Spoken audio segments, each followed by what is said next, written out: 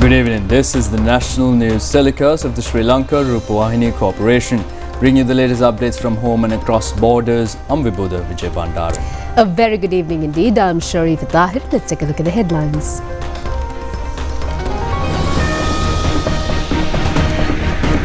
Construction in the second stage of the third phase of the Central Expressway commenced. Sri Lankan rupee has stabilized due to well-planned policies, says IMF.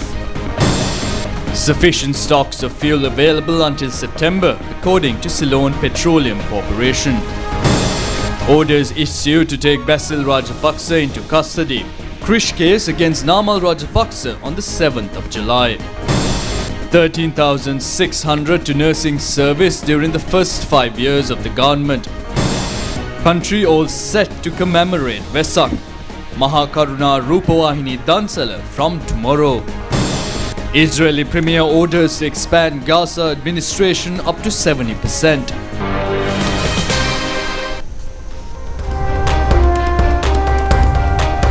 And now for those stories and other news items in detail, we're starting off with local news. The construction of the Rambukkana-Galagidara segment of the Central Expressway commenced today.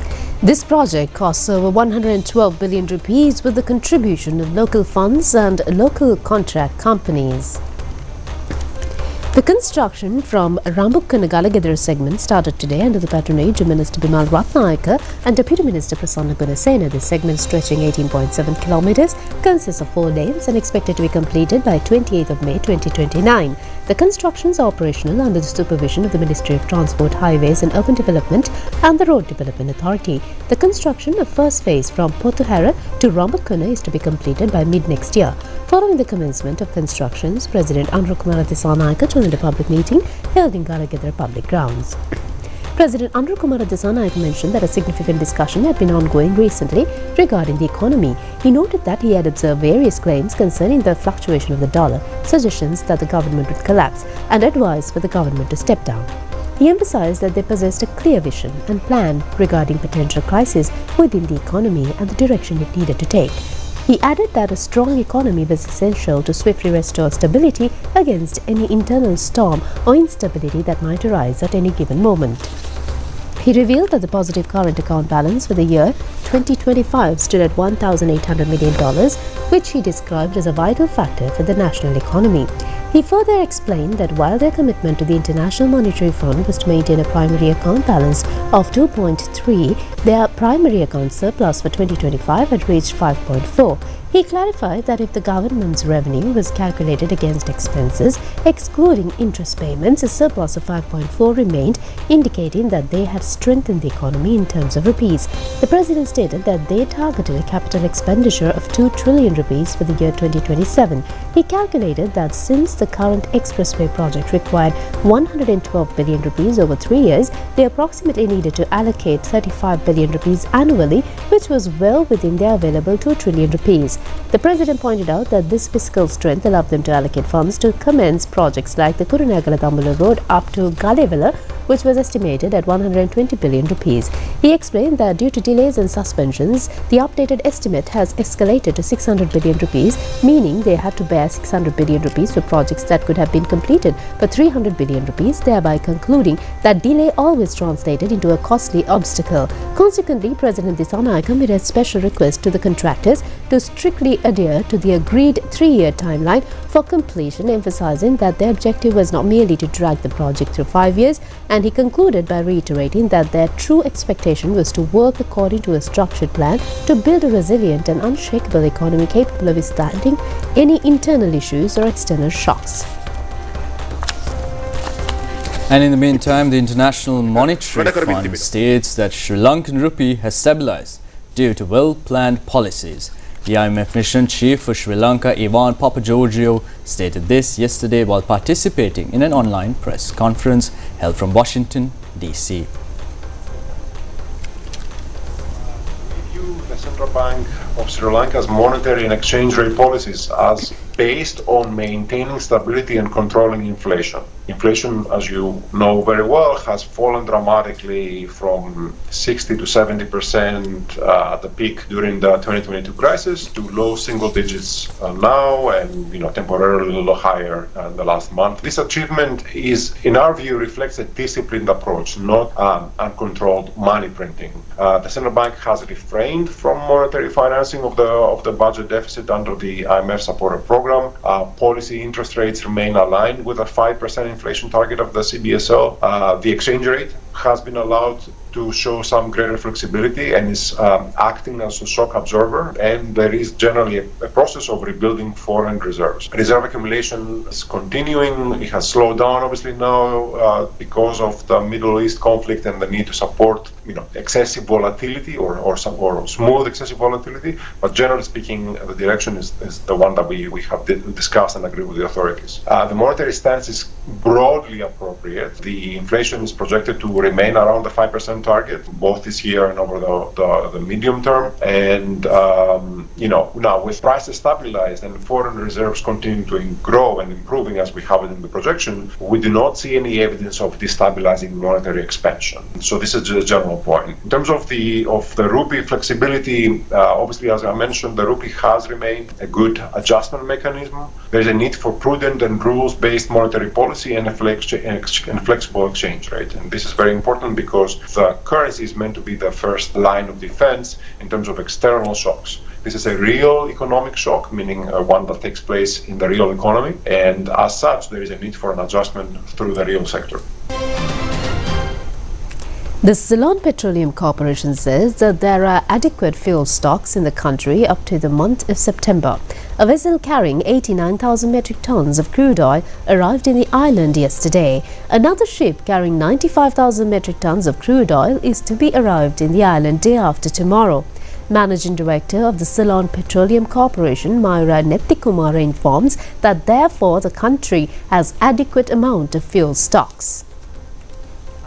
Managing Director of the Ceylon Petroleum Corporation, Mayura Nethikumara, said that in addition to the Murban crude oil variant usually sourced from the Middle East, Sri Lanka had gained the opportunity to acquire other types of crude oil. According to him, the first order WTI vessel had arrived in Sri Lanka the previous day carrying 89,000 metric tons. He mentioned that by the 31st, another vessel carrying 95,000 metric tons of Murban crude oil from the United Arab Emirates was scheduled to arrive. Consequently, they had commenced importing crude oil to Sri Lanka from two different regions. The Managing Director further noted that all obstacles regarding the procurement of crude oil or refined oil for Sri Lanka had been cleared. He assured that the country had sufficient fuel supplies until the end of the 7th month, and all required vessels until the end of the 8th month had already been lined up. Additionally, they had instructed their fuel station network to strictly enforce the QR code system.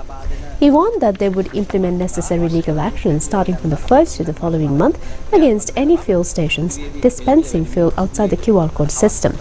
Regarding fuel prices, he stated that the international market prices were due to be published that evening. The Managing Director recalled that a barrel of diesel in the global market had reached around $290 during the 4th month, whereas it currently hovered between $140 and $150. However, he pointed out that prior to the war, the price had been around $80 to $90. Thus, while the prices had decreased from their peak, the reduction had not brought them down to pre-war levels.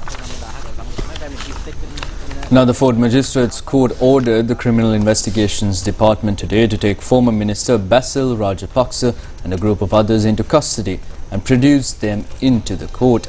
This pertains to the use of sum of 7.8 million rupees of the Tourism Promotion Bureau in 2014 for election campaign in the Uva Provincial Council. An order has been issued to take into custody former Minister Basil Rajapaksa, Bhaswara Gunaratna, Rumi Jaffer and others to produce them in the court. The CID in a motion informed the Fort Magistrates Court that they will be named as suspects under the Public Property Act under the guidance of Attorney General. Accordingly, the magistrate issued this order and their foreign travel has also been banned. The Criminal Investigations Department also informed the court that 12,000 T-shirts have been printed using the name of former President Mahinda Rajapaksa and a political party, stating that the money had been spent for tourism promotion activities. The Colombo High Court ordered today to take up for hearing on the 7th of July the Krish case against parliamentarian Namal Rajapaksa when the case was taken up for hearing in the presence of Justice Nadi Aparna Suwandurugoda of the Colombo High Court. Defendant Namal Rajapaksa was present in the court at that time. He has been accused of misusing a sum of 70 million rupees from Indian Krish company, stating it will be used to promote rugby in this country. The case has been filed by the Attorney General. Further, the Colombo Fort Magistrates Court decided today that it will announce on the 2nd of June whether President's Counsel Rinzi Arsikul-Ratna and Attorney at Law Udara Mohandiramge will be called or not in order to provide evidence in the magisterial investigation concerning the death of former Chief Executive Officer of the Sri Lankan Airlines Kapila Chandrasena. The magisterial investigation regarding this death was taken up today in the presence of the Colombo Fort Magistrate Pasan Amarasena.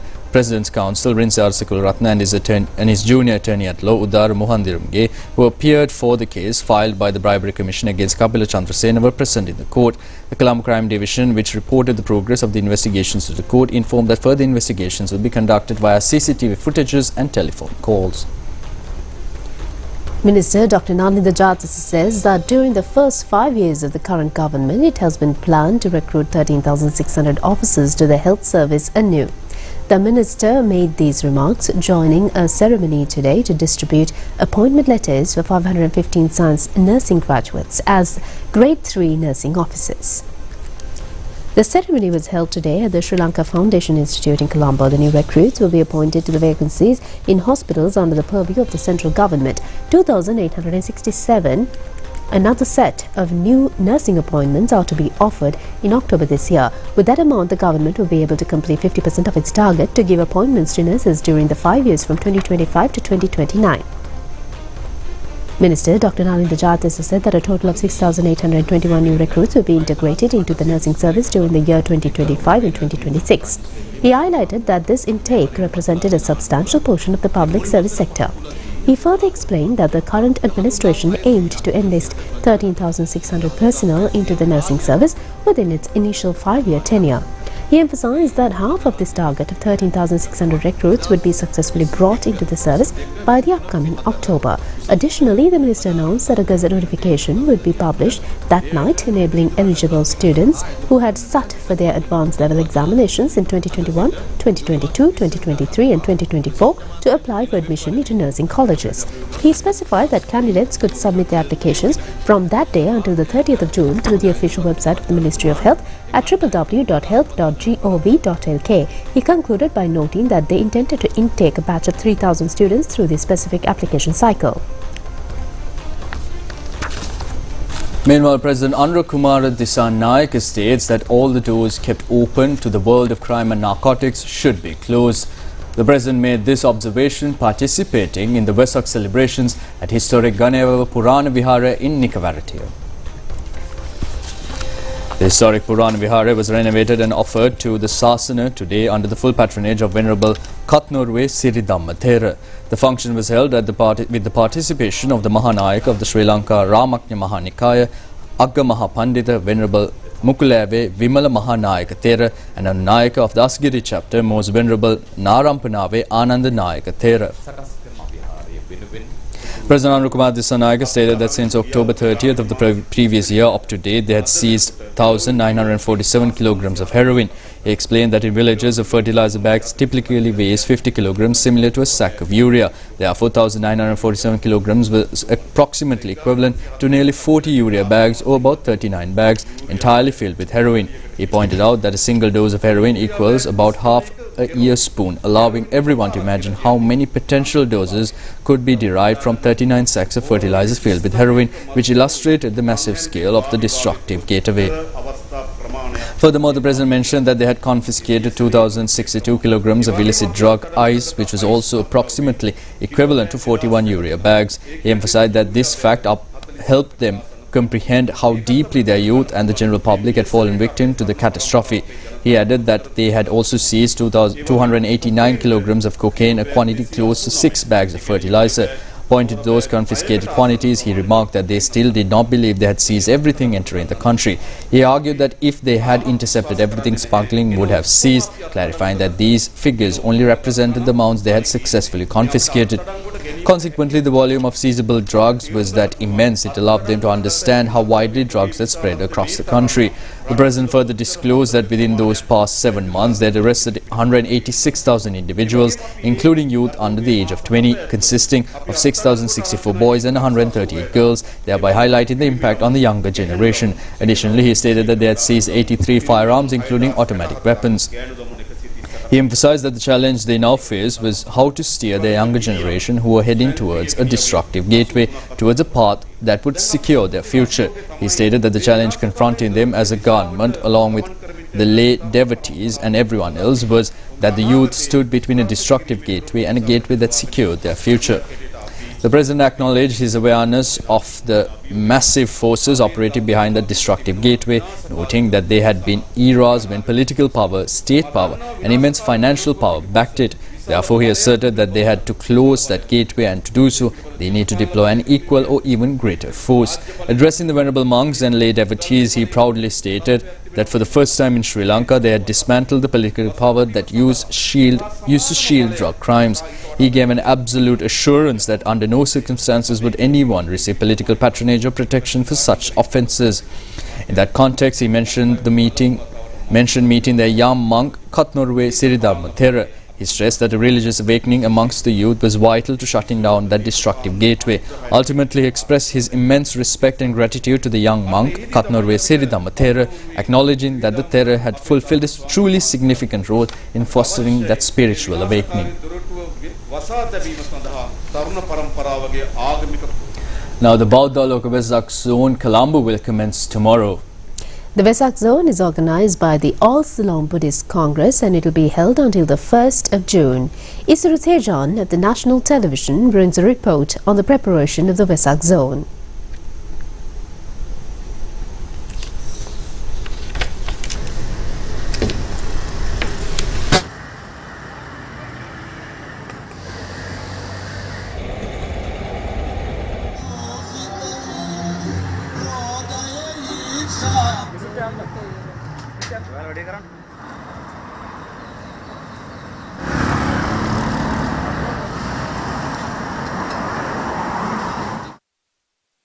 The entire Buddhist communities across the country is getting ready to engage in spiritual and traditional offerings in view of the Vesak full moon Poy Day, commemorating the threefold noble events of Lord Buddha.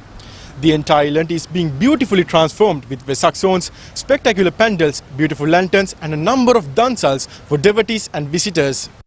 The Bauddha Lokavesak Zone in Colombo holds a unique significance. The Vesak Zone, commencing tomorrow, will go on until the 1st of June.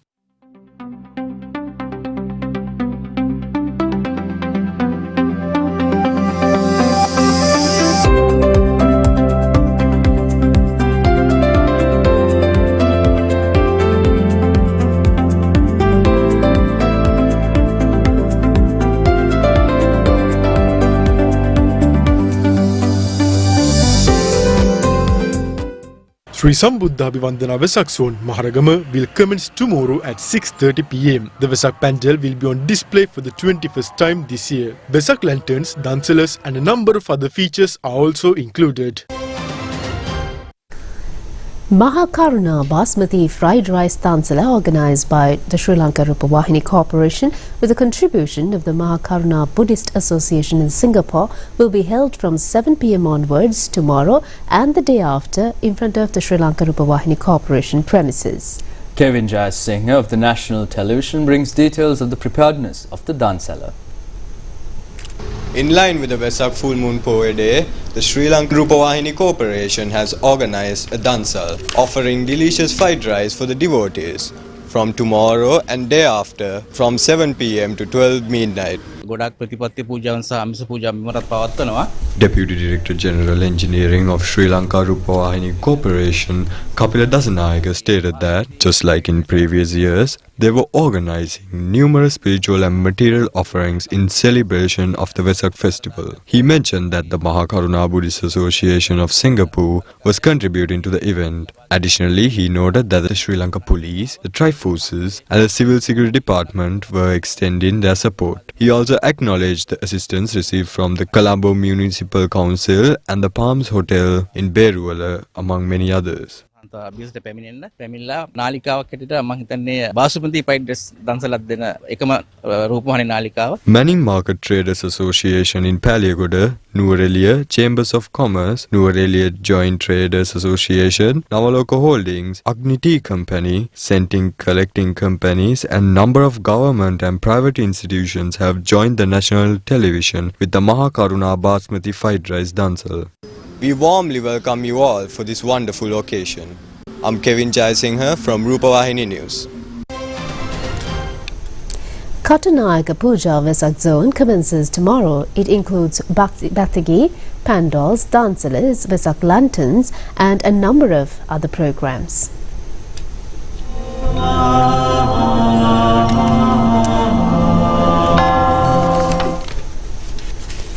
The mayor, Supun Saranga Silva, explained that under the complete religious patronage of the Katanayaka Nigambu Shasana Rakshana Balamandalaya and with the active cooperation of the Katana Regional Coordinating Committee, the Katanayaka Urban Council and the Katana Pradesh Sabha, a major effort is being made. He added that the vital contribution of the Board of Investment Zone, local corporate institutions and regional businessmen that successfully carried out months of dedicated prior planning. The mayor noted that the remaining final touches will be completed by that evening, enabling them to officially open the Vesak Zone to the general public the following day at 7 p.m. SLRC Director General Manoj Nadishana Amarasinghe detailed that the mega Vesak Zone situated around the 18th mile post in Katanayaka was being organized at the venue in accordance with the guidance and blessings of the chief incumbent of the Bodhi Ratanarama Mahaviharya. He explained that it was structured as an expansive zone covering the BOI area and the Katanayaka Davindra Mendes Stadium. He emphasized that national television would give viewers the opportunity to deeply engage with the festive events right from their living rooms. Furthermore, they had organized 4 Vesak zones for the year, specifically the Baudaloka, Maharagama and Kiribatkuda Vesak zones, and were fully committed to overseeing those operations. Finally, he extended a cordial invitation to the public to witness these events and to visit the Mahakaruna Basmati Fried Rice Dansala, which will be held in front of the national television premises on the 30th and 31st.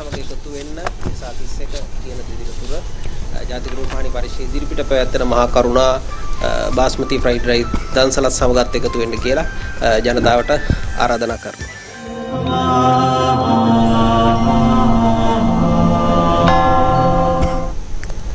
Many areas, including major cities throughout the island, have been decorated prior to the Vesak festival that marks the birth, enlightenment and parinirvana of the Buddha. Meanwhile, the state Vesak festival commenced at Matara Tihagoda Middalavala Ancient Temple on the 27th of this month, and the health and religious programs are being conducted these days.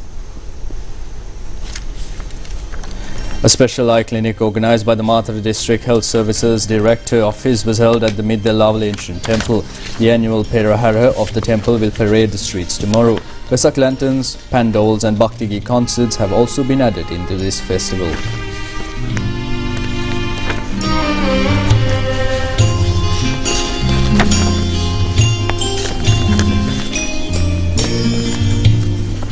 The Vesak Pandal, presented by the Sri Vaishakya Society of the United Traders Association Magazine Road in Borella, will be on display from tomorrow.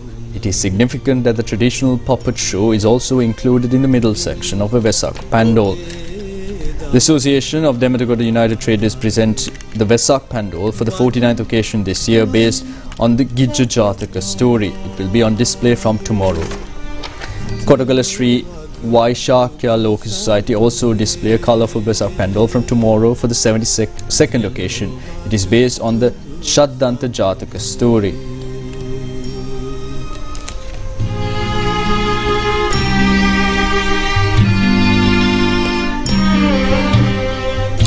Kandy City has also been decorated to mark the Vesak festival. 3 Vesak pandals have been erected in the Kandy City.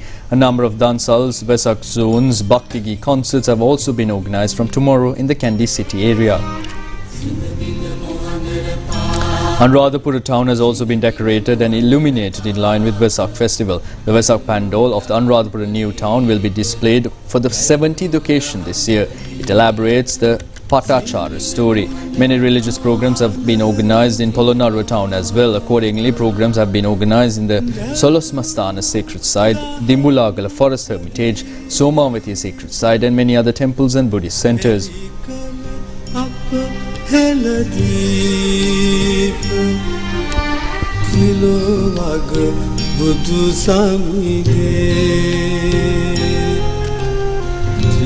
Gold Town is also getting ready to mark the Vesak festival in grand manner. Accordingly, special Vesak pandal has been erected in front of the Gol Sammanala grounds. The Gold Town and the surrounding areas have also been decorated with the Vesak items.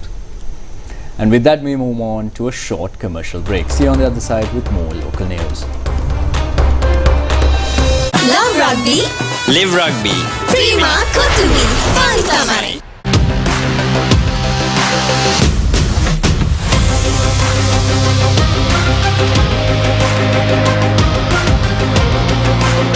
Love rugby. Live rugby. Prima Kotumi. Fantamari. Live from the National News Studio, Sri Lanka.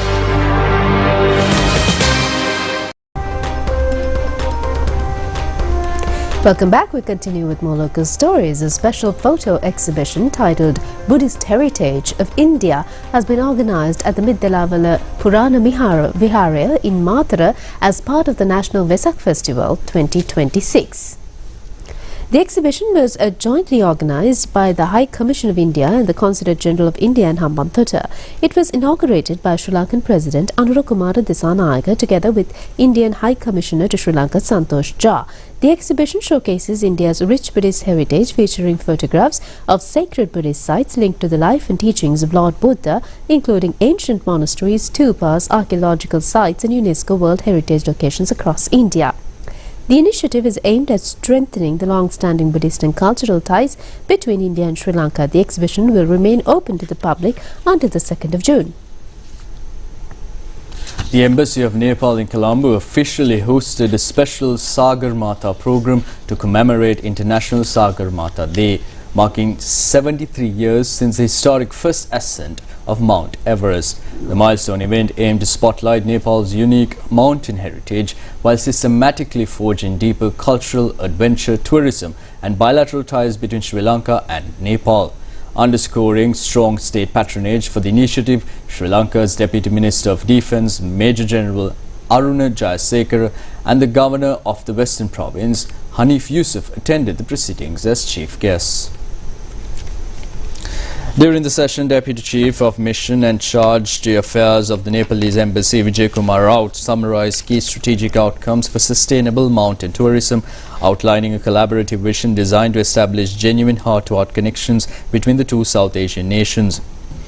The foundational component of the event features an address by adventurer and mountaineer Dimantha Thenura, who serves as the chairman of the organizing steering committee, where he detailed the immense visual and psychological challenges of high-altitude climbing, stressing the critical importance of rigorous pre-expedition hypoxia awareness and physical training for aspiring Sri Lankan climbers. Additionally, historic mountaineer Jayanti Kurutampala, the first Sri Lankan to successfully summit the Mount Everest, principal advisor of the steering committee, also shared her insights.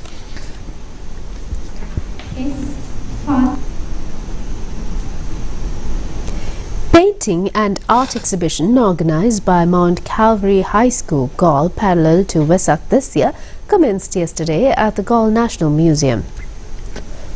Reverend Father Rajitha Vas, Superior of the Jesuit Community, and the Deputy Principal, Mount Calvary High School, Prasanna Senaviratna, Director, Private Schools, Ministry of Education and Higher Education, joined the opening of the exhibition at the invitation of Reverend Father Bernard Jai Singha, Principal, Mount Calvary High School, Galle. Reverend Fathers Rajitha Vas and Stanley Phillips, Reverend Sister Mary Subani were also present. The special painting and art exhibition will be held until the 31st of this month from 10 a.m. to 7 p.m.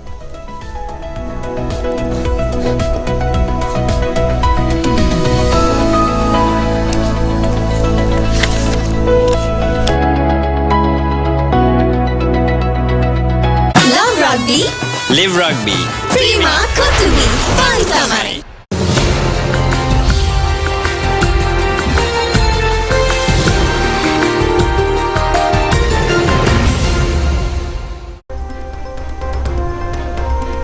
Welcome back. Moving on to news overseas, Israeli Prime Minister Benjamin Netanyahu has instructed the country's security forces to further expand control in the Gaza Strip up to 70%. Addressing a recent conference, he stated that Israel has already secured control over around 60% of Gaza. This move is being viewed as a violation of the conditions of the ceasefire agreement reached between Israel and Hamas in October last year. And since the ceasefire came into effect, 738 Palestinians have reportedly been killed in attacks carried out up to now. Meanwhile, Israel's defense minister has stated that Hamas will not be allowed to carry out any civilian or military administration in the Gaza Strip.